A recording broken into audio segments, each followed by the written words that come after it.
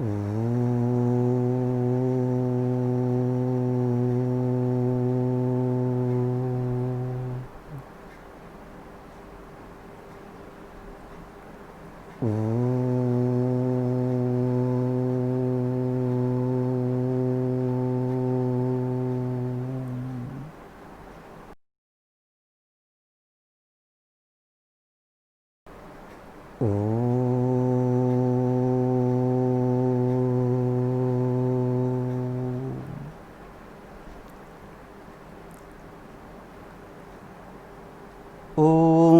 సహనావవతు సహనౌ భునక్తు సహ వీర్యం కరవావహై తేజస్వినావధీతమస్తు మా విద్విషావహై. ఓం శాంతి శాంతి శాంతి.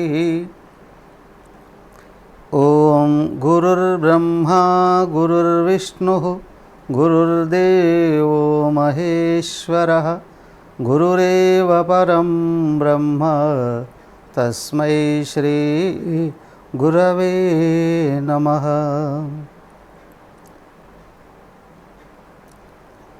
ఓం నారాయణం నమస్కృత్య నరం చైవ నరోత్తమం దేవీం సరస్వతీం వ్యాసం తతో జయముదీరయేత్. హరి ఓం. ధృతరాష్ట్రుడు ప్రశ్నించాడు, అయ్యా మరణం అనేటువంటిది ఉందా లేదా? ప్రశ్న ధృతరాష్ట్రుడికి మాత్రమే మనకొస్తుందా, మనకందరికి కూడా ఇంట్రెస్టింగ్గా?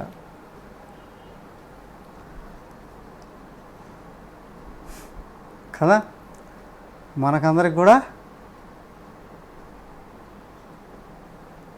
అందరికీ మనసులో కదిలేటువంటి ప్రశ్నే. ఏదేమైనా మనకు భావం ఉంది ఏమని, ఏదో ఒక రోజు పోవాల్సిందేలే అని. కానీ చావు లేదని కానీ తెలిస్తే ఇంతకంటే ఆనందం ఇంకోటి ఉండదు కదా. అవునా? బద్రీకి వెళితే, బద్రీలో నారాయణ పర్వతానికి అటు పక్కన ఓ సరస్సు ఉంది అని, ఊర్వశీ సరస్సు. ఊర్వశీ సరస్సు. ఆ సరస్సులో కానీ స్నానం చేస్తే చావు రాదట. నిజంగానే ఒక ఆయన వెళ్ళాడట స్నానం చేయడానికి ప్రయత్నం చేస్తే, ఒక మహారాజే అక్కడ ఒక పెద్ద ముసలాయన ఒక ఆయన ఉండి ఆపాడట. వద్దు, ముందు స్నానం చేయక, అసలు విషయం విను అన్నట. ఏమిటి అంటే, మరి ఆ స్నానం చేయడానికి వచ్చావాడు ఏడుస్తాను అన్నట. తెలుసా నీకు ఆ విషయం? తెలుసు, చావు లేకుండా ఉంటాం కదా. నువ్వు చావు లేకుండా ఉంటావు కానీ ముసలితనాన్ని మాత్రం తప్పించుకోలేవు అన్నాడట. ముసలితనం వరకు వస్తావు, ఆ ముసలితనం శాశ్వతంగా ఉంటుంది అన్నాడు. ఎగురు దూకాడట. అవునా? జీవుడికి ఎవరికైనా అది ఇష్టమా? లేదు. ఎందుకు? అది సుఖం కాదు, ఆరోగ్యం లేదు, అవునా, సుఖం లేదు, పైగా ఇష్టం లేదు, శక్తి లేదు. అన్నీ ఉడిగిపోయి ఉన్న ముసలి దేహాన్ని జీవుడు కోరుకోడు కదా.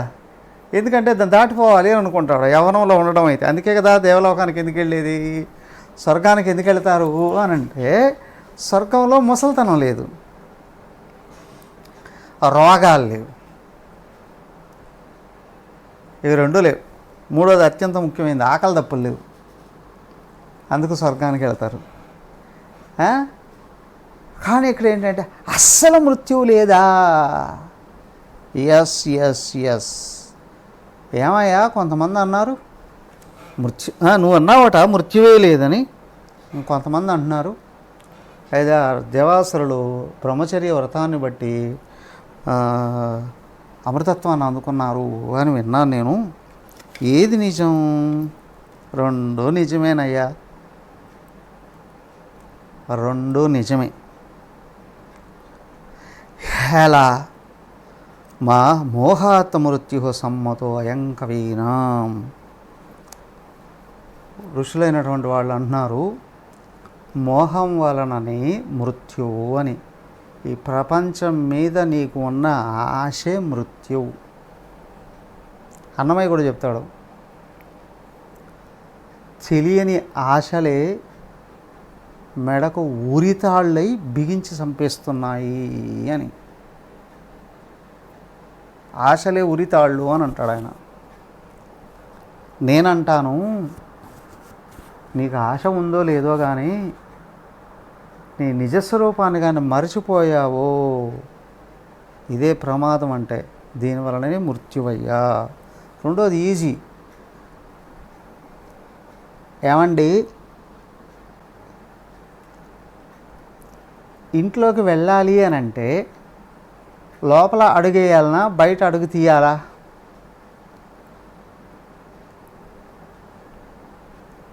బయటను అడుగు తీసేయాలనా ఇంట్లో అడుగు పెట్టాలనా? రెండో ఒకటే కదా బాబు, అవునా?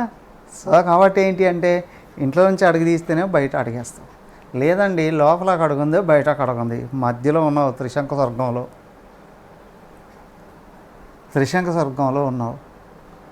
ఓ అలాగే ఇక్కడ ఏంటి అంటే నేను ఆత్మను పట్టుకుంటాను, విషయాల్ని భోగిస్తాను అని అంటే అది కుదరదు. ఎందుకు అనంటే ఆత్మలను గుర్తించినటువంటి వాడికి ప్రపంచం మిథ్య. భోగం కావాలి అనుకున్న వాడికి దేహాత్మభావం దృఢంగా ఉంటుంది, బంధించేస్తుంది. ఆత్మతత్వాన్ని అందుకున్నవాడు భోగాలు అనుభవిస్తాడా అనుభవించడా క్వశ్చన్ పక్కన పెట్టండి, దేహభావమే ఉండదు. ఏమండి, మాకు అక్కడ చెప్పారు కదా, జనకుడు మొదలైనటువంటి రాజులు మరి భోగాలు అనుభవించారా లేదా? దేహాలు అనుభవించాయి వాడి ప్రారంధం చేత అని అన్నారు అక్కడ వాళ్ళు. అర్థమైనా? దేహం దానికే అన్నారు, యోగరతోవా భోగరతోవా సంగరతోవా సంగవిహీన యస్య బ్రహ్మణే రమతే చిత్తం నందతి నందతి నందత్యేవా. దేహం బాహ్యంగా కనిపించేటట్టు యోగంలో ఉన్న, భోగంలో ఉన్న, జనావాసంలో ఉన్న, ఒంటరిగా ఏకాంతంగా కూర్చొనున్నా లోపల దృష్టి ఆత్మలో ఉంది అని అంటే వాడు సదా ఆనందరూపుడే. వాడి దేహం అని అనుకోడు.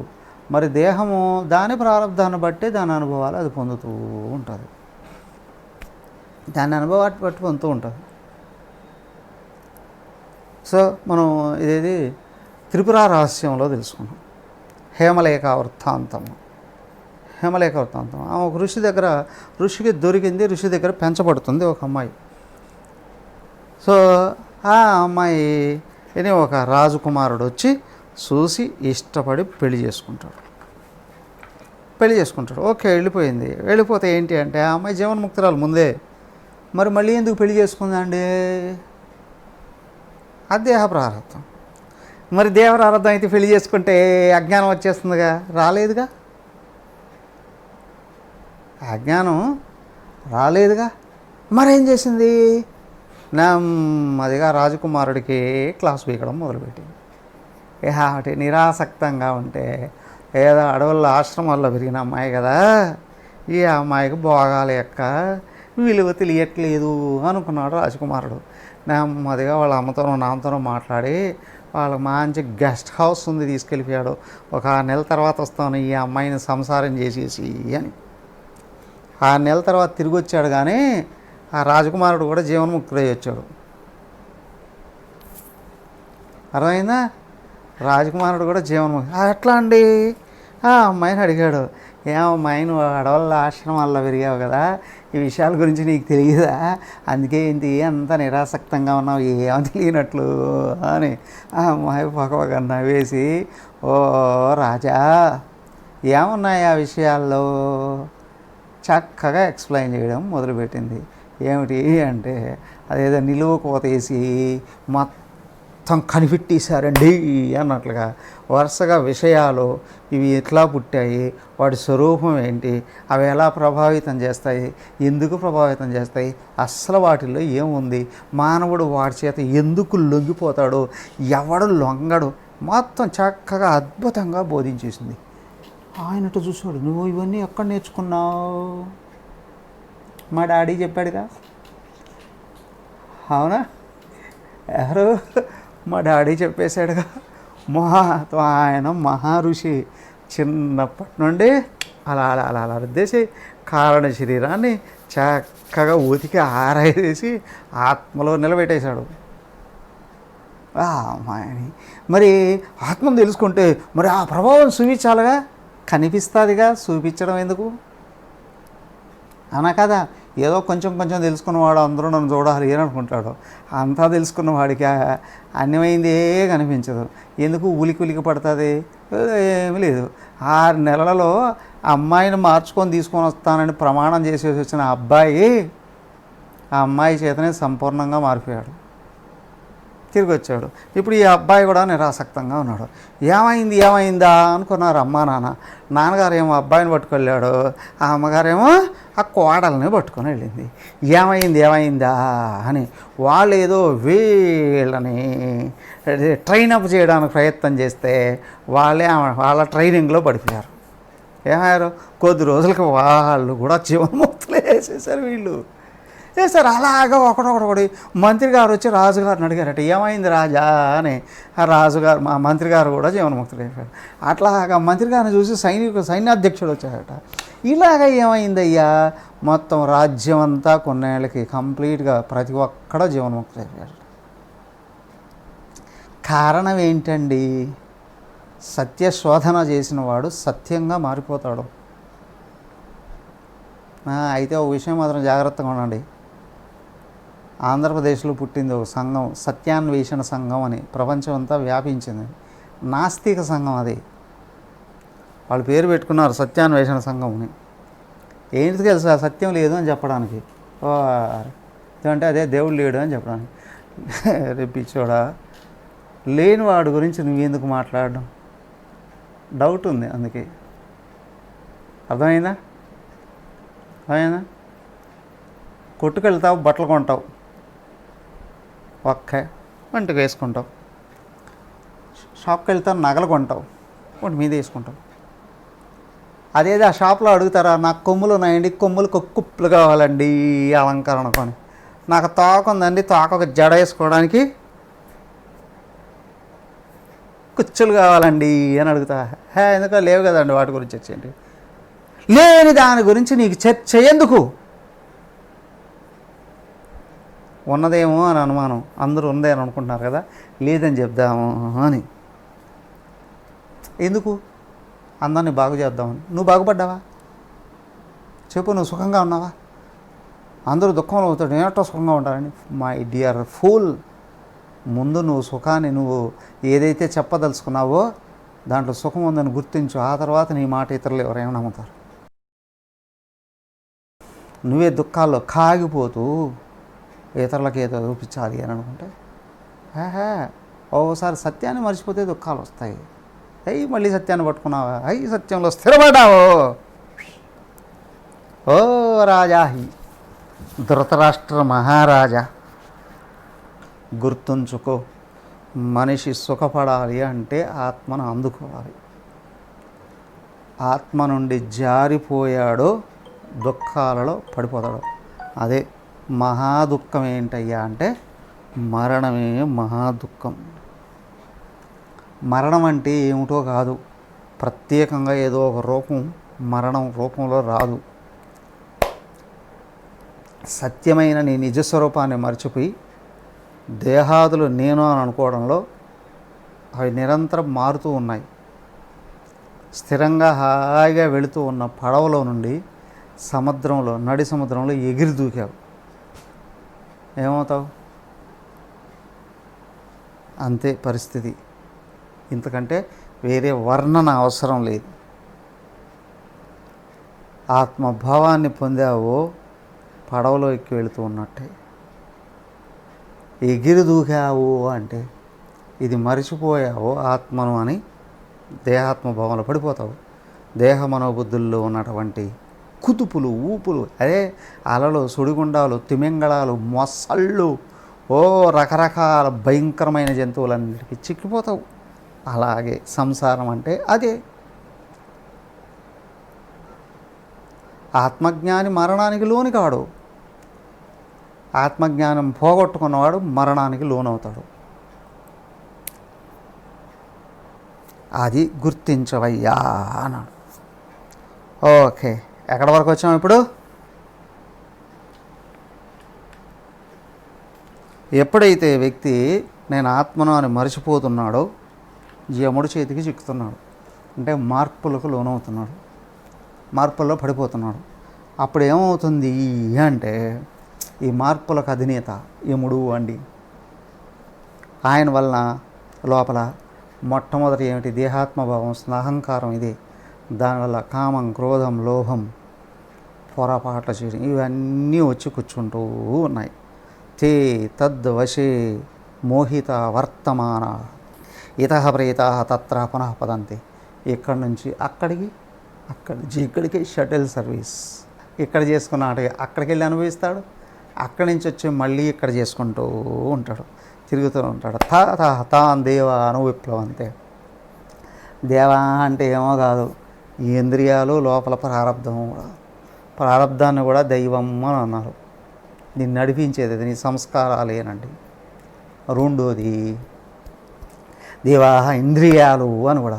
నువ్వు లోపల అజ్ఞానానికి వశమైతే ఇంద్రియాలు ప్రపంచంలోకి లాక్కొని వెళ్ళిపోతాయి, ఏదో అనుభవించాలని పోతాయి. అవునా? మనోమయ కోశానికి లోనవుతున్నావు.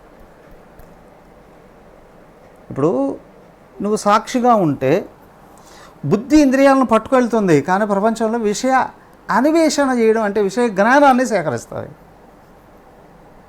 కోర్స్ మీరందరూ కూడా కూర్చొని క్లాస్ వింటూ ఉన్నారు. జ్ఞానేంద్రియాలు లేకపోతే క్లాస్ ఎట్లా వింటారు? కళ్ళతో చూడాలి, చెవులతో వినాలి, అవునా? అంతరింద్రియాలు కూడా పనులు చేయాలి. వీటన్నిటి వల్ల ఏమవుతుంది అంటే ఇప్పుడు బుద్ధి జ్ఞానేంద్రియాలను పట్టుకొని ఆత్మజ్ఞానాన్ని అధ్యయనం చేస్తూ ఉంది. ఓకే, జ్ఞానం కోసం వెళ్ళడం అని అంటే ఒక విజ్ఞానమయ కోసం వినియోగించుకున్నావు, అయినప్పుడు కూడా సాక్షిత్వంతో ఉన్నామండి, దైవం కోసం ప్రయత్నం చేస్తున్నామండి అని. ఓకే, సరే. అయితే ఏమైంది? అది కానీ లేకపోతే ఏమవుతుందంటే మనోమయ కోశం లేస్తుంది. సాక్షిత్వంలో విజ్ఞానమయ కోశాన్ని వినియోగించుకోవడం జరుగుతుంది. సాక్షిత్వం పడిపోతే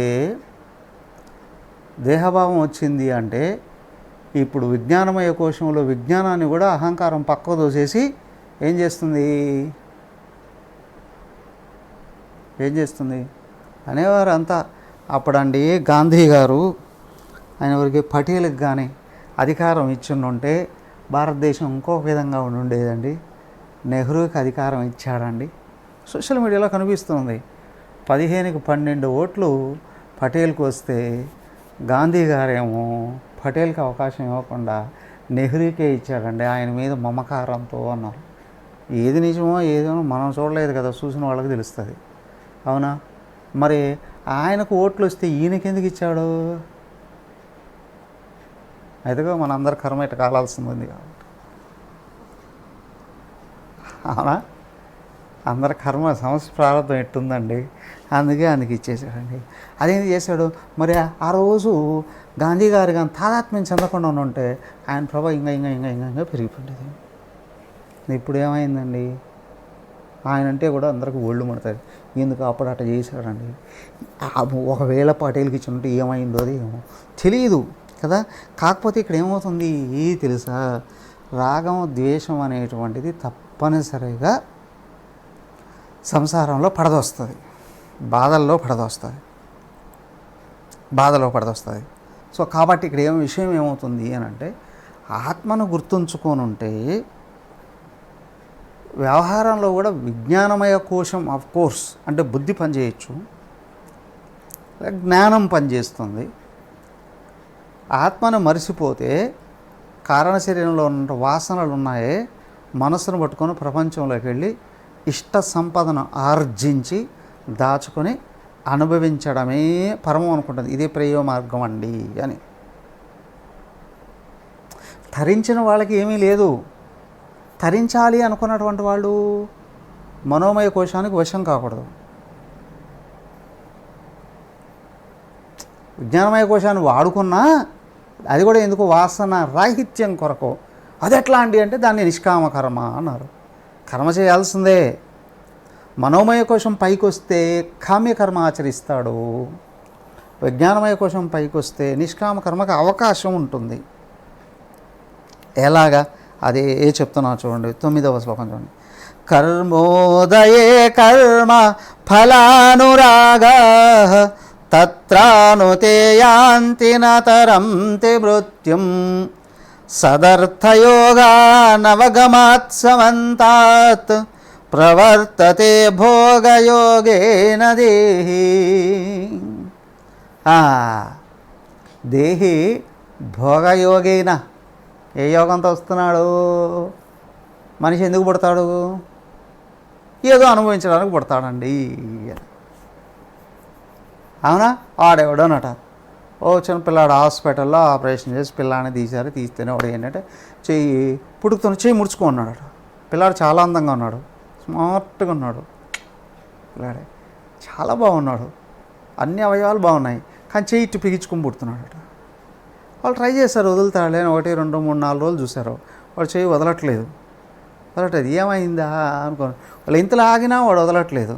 సరే ఇంకేం చేస్తారు వాళ్ళు, చిన్నపిల్లాడు కదా, ఏదో ఒక విధంగా ఎనస్థీసియా ఇచ్చి తీద్దాం అనుకో, కొంచెం కత్తి అట్లా పెట్టాడు, అట్లా కోసి తీద్దామని టక్కన వదిలేశాడట. వదిలేస్తే ఆ చేతిలో నుండి ఒక ఉంగరం బయటపడిందట.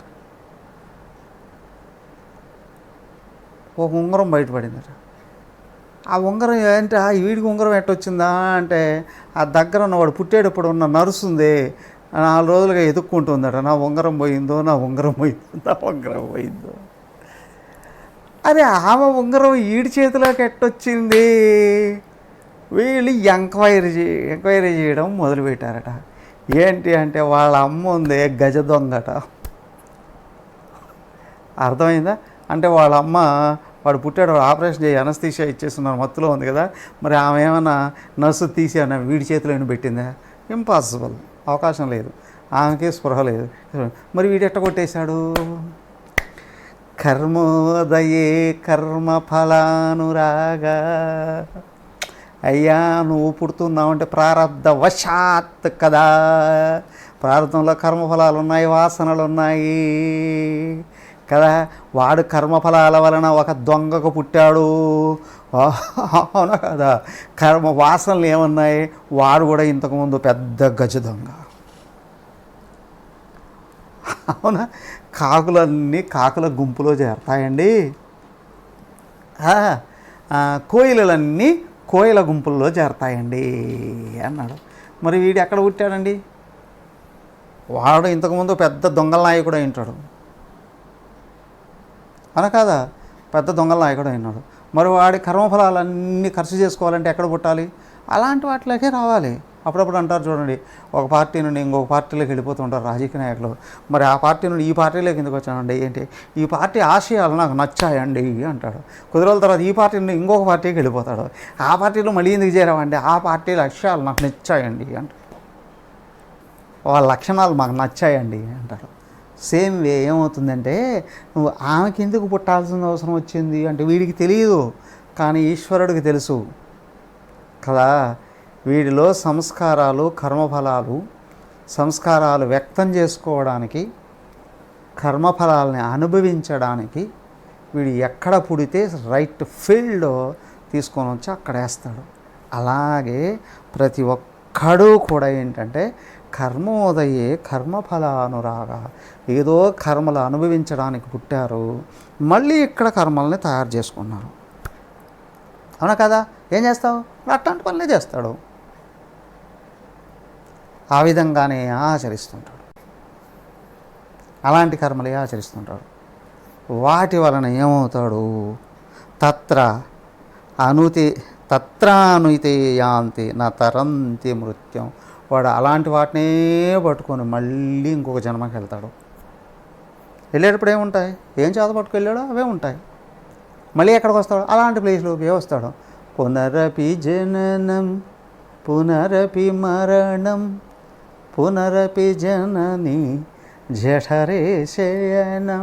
ఏమయ్యా అంటే ఏవి అనుభవించడానికి వచ్చాడో అవి అనుభవిస్తూ అట్లాంటి కర్మలనే ఆచరించాడో ఆ కర్మలు చేయడం వలన మళ్ళీ అలాంటి వాసనలే పడ్డాయి. ఆ వాసన వలన మళ్ళీ అలాంటి జన్మే వచ్చింది. వీడు తిరుగుతూ ఉంటాడు, కర్మచక్రములో పడిపోయాడు. సదర్థయోగా నవగమాత్ సమంతాత్. వాడు సత్ అర్థ యోగాన్ అవగమాత్ సమంతాత్. సత్యస్వరూపం గురించి వీడికి సరిగా తెలియదు కాబట్టి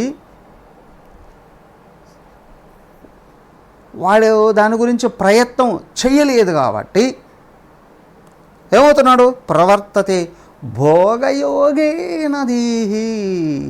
అందరూ ఏమనుకుంటారు? గొప్ప జీవితం అంటే ఏమనుకుంటారు? బాగా సంపాదించుకొని దాచుకొని అనుభవించడం అందరూ అనుకుంటారు. అదేనే కదా, బాగా డబ్బులు సంపాదించుకోవాలండి, మంచి ఇల్లు కట్టుకోవాలండి, కారు కొనుక్కోవాలండి కదా, బ్యాంక్ బ్యాలెన్స్లు వేసుకోవాలండి, ఆ తర్వాత ఇంకా సంపాదించాలండి, ఇంకెందుకు నా పిల్లల కొరకు కూడా సంపాదించాలండి, సాల్దా వాళ్ళ పిల్లలకు కూడా అండి, వీడి చేతిలో చిల్లిగా లేదు కానీ ఓ 4 తరాలు కూర్చొని అనుభవించడానికి కావాల్సినంత సంపాదించుకుందాము అని అనుకుంటాడు. అరే అస్సలు నువ్వు సుఖపడుతున్నావా? లేదు.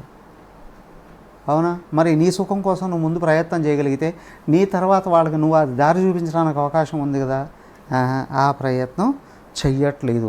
కారణం ఏంటి అంటే భోగయోగేన దేహి. వాడికి లేదు లోపల ఆ సంస్కారమే లేదు, ఆ వాసనే లోపల లేదు. ఏ వాసన ఉంది? విషయ వాసన ఉంది. కనిపించే ప్రపంచంలో చీలైనంత తెచ్చి దాచుకోవడమే ఏమీ అనుకుంటున్నాడు. దీన్నే ప్రేయో మార్గం అని అన్నారు. దానికి భోగయోగేన విషయాలు అనుభవించడమే లక్ష్యం ఉంది వాడికి, దాంతోనే తాదాత్మ్యం ఉంది. కాబట్టి వీడు ఏంటంటే నిజంగా ఉన్నది ఇది సత్యస్వరూపము. దేన్ని తెలుసుకుంటే నిజంగా సుఖపడతాము వాడికి ఆలోచించుకునే అంత తీరిక కూడా ఉండదు. ఎందుకంటే వాడికి దాని మీద అసలు లక్ష్యమే లేదు కాబట్టి. అవునా? వీటిల్లో ఇంకా సంపాదించుకొని అనుభవించడంలో దారి తప్పిన వాళ్ళు ఉంటారు. కొంతమంది అధర్మంగా వ్యవహరించే వాళ్ళు ఉన్నారే, వీళ్ళైతే కొంతమంది కొంచెం పాపాలు చేసేవాళ్ళు అయితే అప్పుడప్పుడు దేవుడి దగ్గరకు వచ్చి ముడుపులు చెల్లించుకుంటారు, నా పాపాలు మాఫీ చేయమని చెప్పి. ఇక పాపాలలో నిమగ్నమైపోయిన వాళ్ళు ఉన్నారే, వాళ్ళు దేవుడి దగ్గరకు కూడా రారు. ఎందుకంటే భయం వాళ్ళకి భయం. దాంట్లో ఇంకా మితిమీరింది అని అనుకోండి, ఈ హిందూ మతంలో దోచుకోవడానికి తక్కువ అవకాశం ఉంది అనుకున్నవాడు ఇంకొక మతంలో కూడా జారిపోతాడు.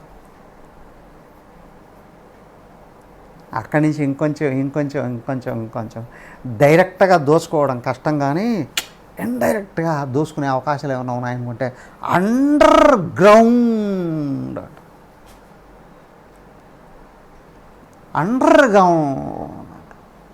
చిన్న వాళ్ళైతే టేబుల్ కింద చేయబెడతారు, పెద్ద వాళ్ళైతే బ్యాంకులను దోచేసుకుంటారు.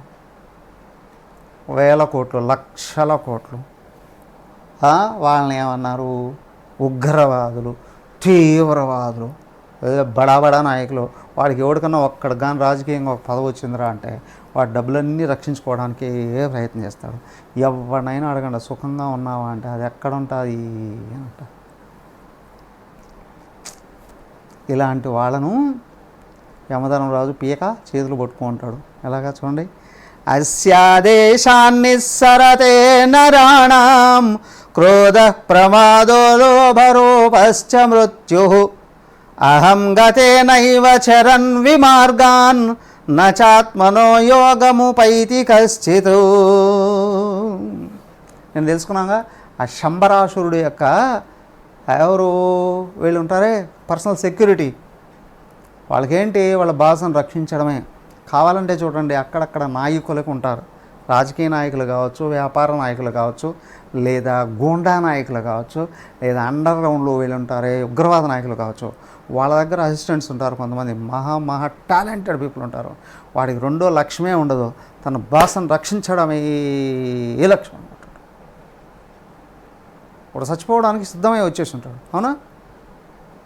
ఈ ఐఎస్ఐ వాళ్ళు అలాగే కదా అందరిని తయారు చేసేది చిన్నప్పటి నుండే, చావుకు అసలు భయపడకుండా. అవునా? ముఖ్యమంత్రులను ప్రధానమంత్రులను పేల్చేసేటువంటి వాళ్ళు కూడా ఏం చేస్తారు, వాళ్ళు ఆ విధంగా ట్రైన్ అయ్యి ఉన్నారు. వాడు చావుకు భయపడ్డు, ఎదురువాడిని చంపేయాలి, ఎదురువాడిని నాశనం చేసేయాలి. ఏమయ్యా అంటే వీడి ఎముడి చేతిలో బాగా చిక్కుకుపోయినాడట. అవునా? అస్య ఆదేశాత్, అదే వాడు పడిపోయి ఉన్నాడే అహంకారంలో. అర్థమైందా? నిలబడి ఉన్నవాడికి ఆత్మ లభిస్తుంది, ఆత్మ నుండి పడిపోయిన వాడికే అహంకారం చిక్కుతుంది. సో కాబట్టి ఏమిటి అంటే, వ్యక్తి ప్రారంధంతోనే కొన్ని కర్మలను పట్టుకొని వస్తున్నాడు. వాటిలో కర్మఫలాలు అనుభవించేటివి, కర్మఫలాలే దేహాన్ని తయారు చేస్తాయి, దేహం అనుభవించేటివి కూడా తయారు చేస్తాయి. కానీ ఆ కర్మలలో వాసనలు కూడా ఉన్నాయి. వాసనలు తీర్చుకోవడం కొరకు ప్రపంచంలో పనులు చేస్తున్నాడు. దానివల్ల ఇంకా కొన్ని వాసనలు తయారు చేస్తాయి, అవి మళ్ళీ వచ్చి కారణ శరీరంలో పడతాయి. ఇలాగా ఏం చేస్తుంటాడు, దానికి ఒక్క స్టెప్ అటుపైన కారణ శరీరం కంటే, కారణ శరీరం వరకు రోజు వెళ్తాడు గాఢ నిద్రలో.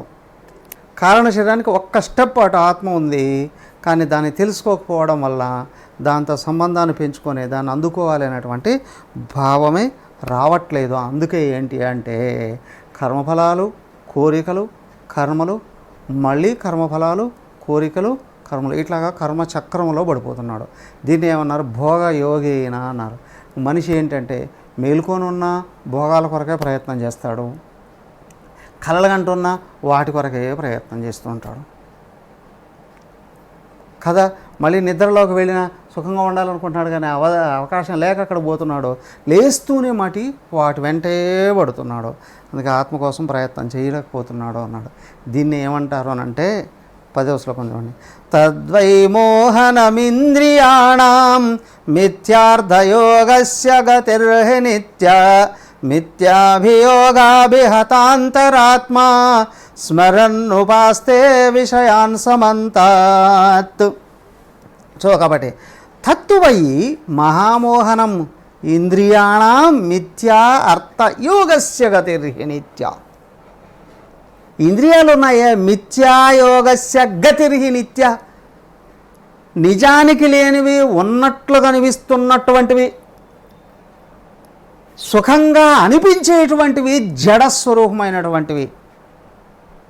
కానీ మానవుడు ఇవి సుఖాన్ని ఇస్తాయి, ఈ సుఖం శాశ్వతంగా ఉంటుంది, అవి మాత్రమే సుఖాన్ని ఇస్తాయి అనేటువంటి ఇంద్రియాలను పట్టుకొని ఆ విషయాలలోకి వెళ్ళి పడుతున్నాడు అని అంటే కారణం వాడికి అవి తప్పితే వేరేగా ఏమున్నాయని అర్థం కావట్లేదు.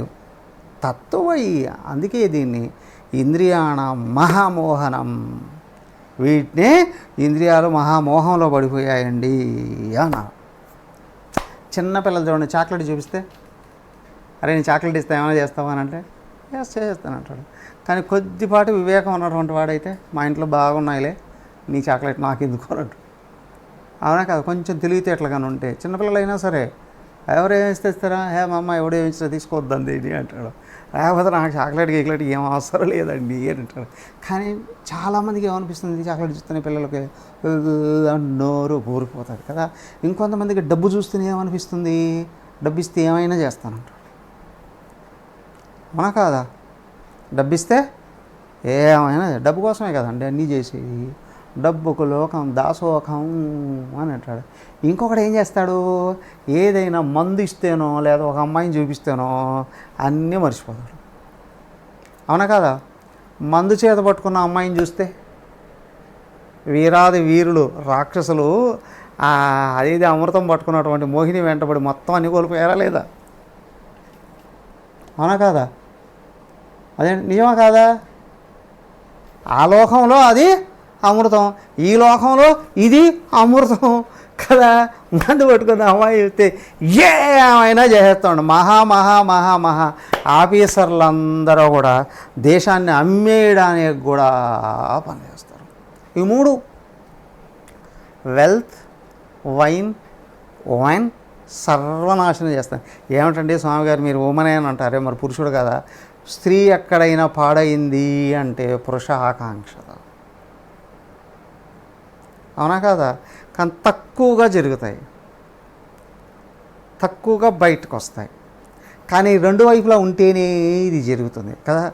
సో కాబట్టి ఒక వ్యక్తి పాడయ్యాడు అని అంటే ఇదిగో వీటి వెంట పడుతున్నాడు. కారణం ఏంటి అంటే వాడికి సత్యం ఏంటో తెలియదండి.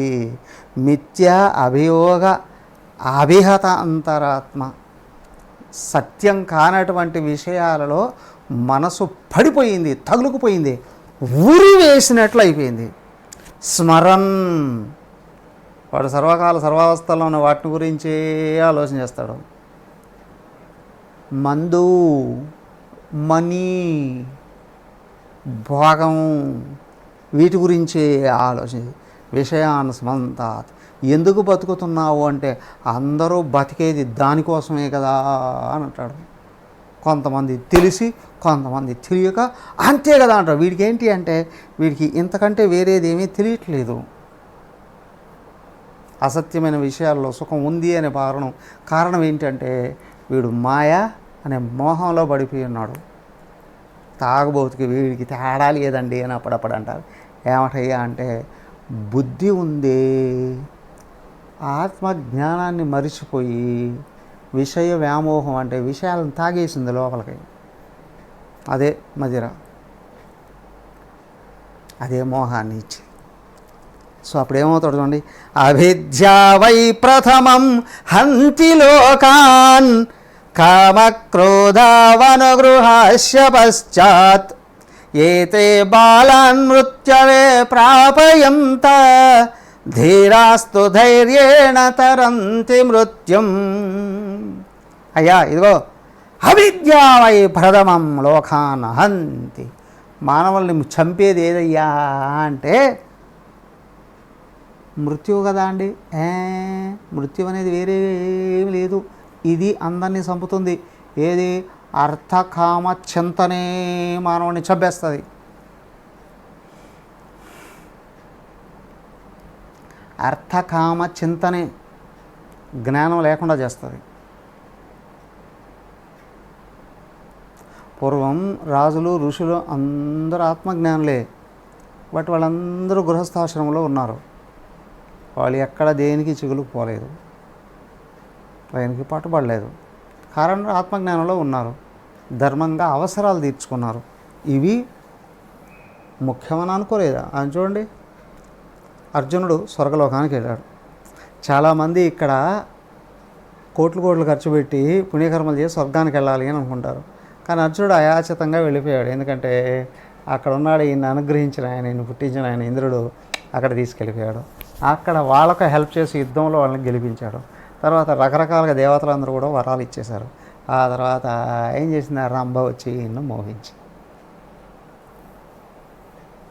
రా నాతో ఒక రోజు గడుపు అని.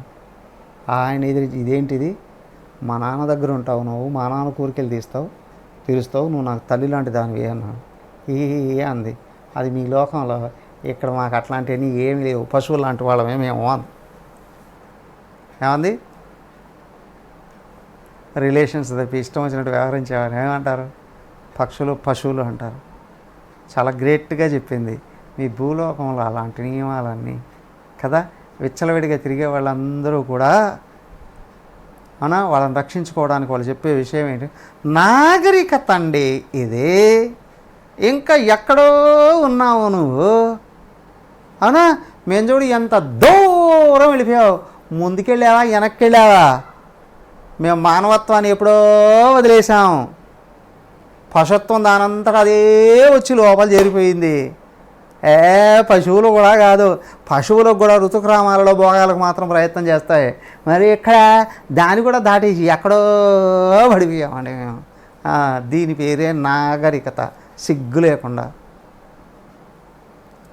లేకుండా అవునా? కానీ ఇక్కడ ఏమంటున్నారు అంటే నువ్వు ఆత్మను వదిలేశావు, విషయాల్లో పడిపోయావు. అవిద్యావై ప్రథమం హంతి లోకాన్. నీకు యముడు ఎవరు తెలుసా? నువ్వు అర్థకామాల ఆలోచనలో పడిపోయి ఉన్నావే, అదే నీకు మృత్యు. నువ్వు ఇక్కడ కానీ మేలుకుంటే ఆత్మలో నిలబడచ్చు, కానీ అక్కడ మేలుకోకుండా అదే పరమం అనుకోవడం వల్ల ఏమవుతుంది తెలుసా? కామ క్రోధౌ అనుగృహాస్య పశ్చాత్. తర్వాత వెంట కాచుకొని ఉంటాయి కామము క్రోధం. వాళ్ళే నీకు సెక్యూరిటీ గార్డులాగా పనిచేసి నిన్ను వశం చేసేసుకుంటారు. బాలాన్ మృత్యవే ఏతే ప్రాపయంతి. మెచ్యూర్డ్ కాని వాళ్ళు అంటారు, ఇమ్మెచ్యూర్డ్ పీపుల్ అంటారు. ఎవరయ్యా వీళ్ళు బాలాన్ అంటున్నారు. నువ్వు నిత్య సుఖస్వరూపుడు అయ్యి ఉండి నిన్ను మర్చిపోయి దేహం అనుకొని విషయ సుఖంలో పడిపోయావే, కాబట్టి నువ్వు బాలుడు కిందనే లెక్క. ఇంకా నీ మనసు పరిపక్వత కాలేదు అని అర్థం. కాబట్టి అట్లాంటి వాడిని ఏతే ఇవి ఉన్నాయే విషయ చింతన, దాని నుండి కామం క్రోధం. అక్కడ చెప్పారుగా, ధ్యాయతో విషయాన్ పుంసః సంగస్తేషోపజాయతే కదా, సంగాత్ సంజాయతే కామ, కామాత్ క్రోధోభిజాయతే. వరుసగా చెప్పారుగా, ఎట్లాగా బంతి కింద పడిపోతుంది అన్నట్లుగా ఒకటొకటొకటొకటొకటొకటే. విషయ చింతనే మృత్యు. దానికి నీకు వచ్చేటువంటి బహుమానాలు ఏవైతే ఉన్నాయో కామం క్రోధం, ఈ మూడు ఉందే ఎత్తుకొని వెళ్ళిపోతాయి యముడి దగ్గరికి. ఆయన పెట్టుకున్న సీక్రెట్ ఏజెంట్స్ ఈ మూడు ఎత్తుకెళ్ళిపోతాయి అక్కడికి, ఎత్తుకెళ్ళిపోతాయి. మరి ఏమయ్యా ఎవడికి తెలియదా అండి?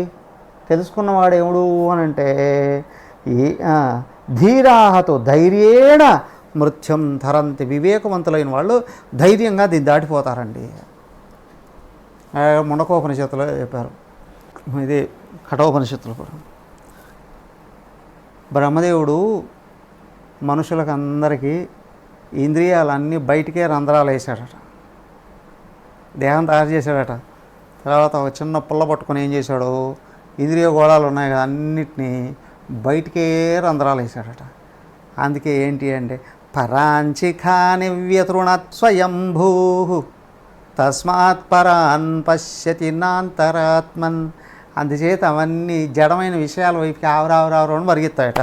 అదే ఆయన కొన్నైనా లోపలికి కానీ రంధ్రాలు వేసుకుంటే లోపల ఉన్న అంతరాత్మ వైపు వెళ్ళేటివేమో. పొరపాటు అయింది కదా అండి, అందుకే విషయాల్లో పడిపోతున్నాం. ఆయన చెప్పాడట, కావాలనే వేసాను రా అన్నాడు. మా మీద నీకు అంత కోపమా? కాదు, మీకు టెస్ట్ పెట్టాను. ఏమిటా టెస్ట్? నీకు కనిపిడే ఇంద్రియాల విషయం కాకుండా నీకు కనిపించిన లోపల పరమాత్మ ఉన్నాడు, ఆయన కొరకుగా నువ్వు ప్రయత్నం చేయగలిగేటట్లయితే నువ్వు పాస్ అవుతావు. ధీరాహతో ధైర్యేణ. బుద్ధిమంతులైన వాళ్ళు ధైర్యం పట్టుకు. ఏమిటి ధైర్యం అని అంటే అర్ధకామాలలో పడకుండా నిన్ను రక్షించుకోగలగడం. మృత్యం ధరంతి. మృత్యువం దాటిపోతావు. సో కాబట్టి నువ్వు ఆత్మ కావాలి అని అనుకున్నావా, అర్ధకామాల వశం కాకు.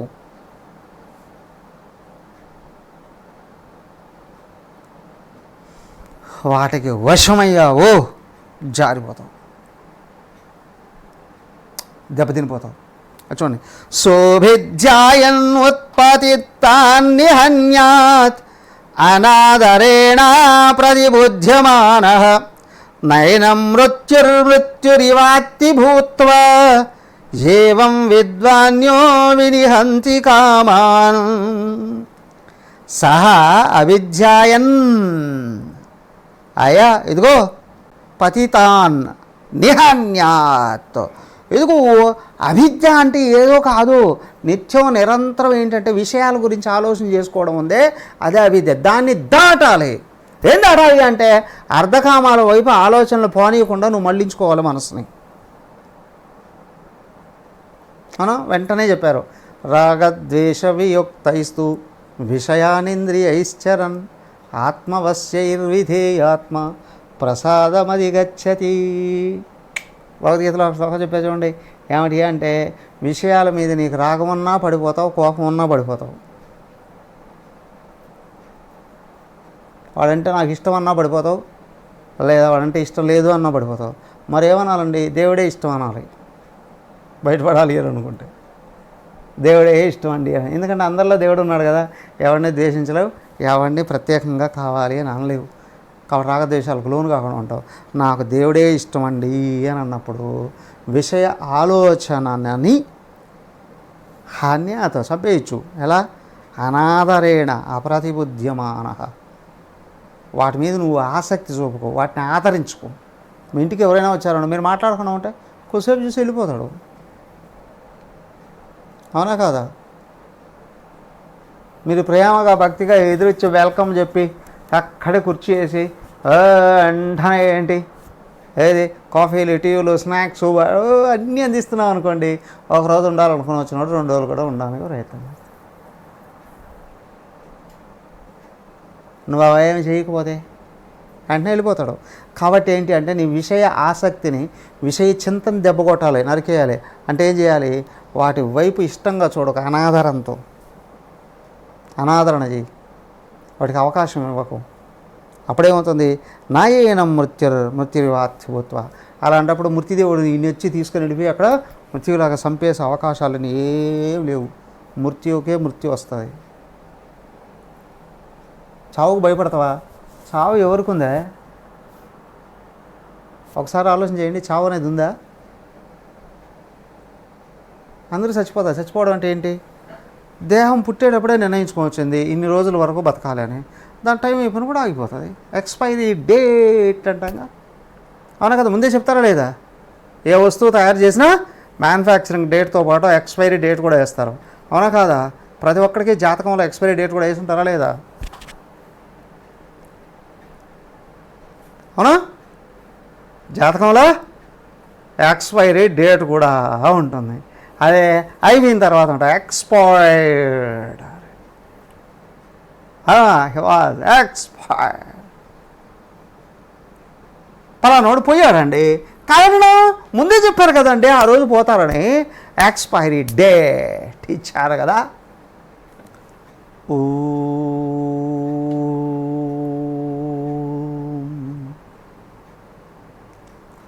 సర్వే భవంతు సుఖినః, సర్వే సంతు నిరామయాః, సర్వే భద్రాణి పశ్యంతు, మా కశ్చిద్ దుఃఖభాగ్ భవేత్. ఓం శాంతి శాంతి శాంతి. హరి ఓం. శ్రీ గురుభ్యో నమః. హరి ఓం.